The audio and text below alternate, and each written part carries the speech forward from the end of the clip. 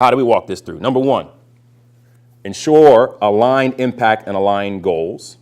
Try to have similar opportunities and impact, even if you have different goals. So, for example, pro-life and pro-choice organizations partnering for the Women's March that came together in that way. So you can have different groups, and that's okay. We can have different viewpoints, and that's okay.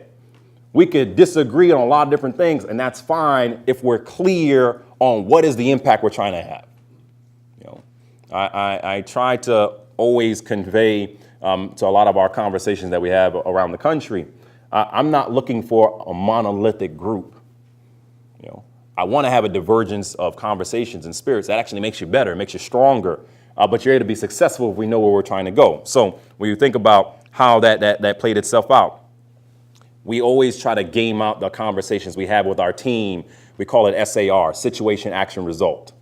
You know, I go back to my time as a TV producer. You know, whenever you watch a TV broadcast, presume if it's a 30-minute newscast, 30-minute news, you're probably getting 22 minutes of content, right?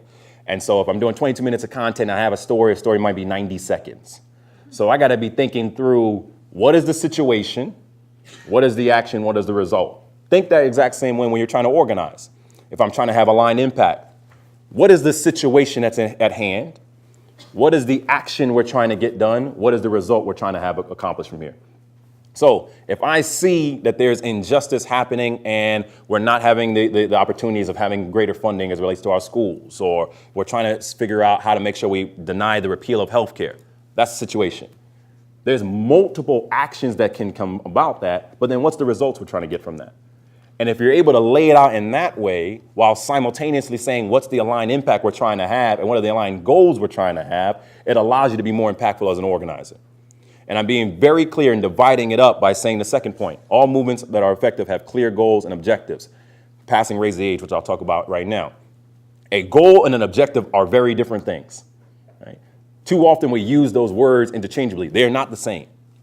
An objective is, what's the benchmark? What's the metric? What am I tangibly trying to change in this way? The goal is what's aspirational. So I want to have more justice as it relates to criminal justice reform. But my objective is to make sure we're changing things as it relates to bail and having policies as it relates to bail. There's a clear distinction there. So, for example, Raise the Age. Many people may not be aware. New York and North Carolina were the last two states where 16 and 17-year-olds were tried as adults. We had been regularly pushing on this, and we finally changed the legislation this year because we put our foot down. And our speaker, Carl Hastie, was the leader around this and saying, we're not going to pass the budget unless you change the Raise the Age. You know? Now, the first piece of the goal for a lot of conversations is, okay, we want to have Raise the Age. The objective are, well, what's the legislation?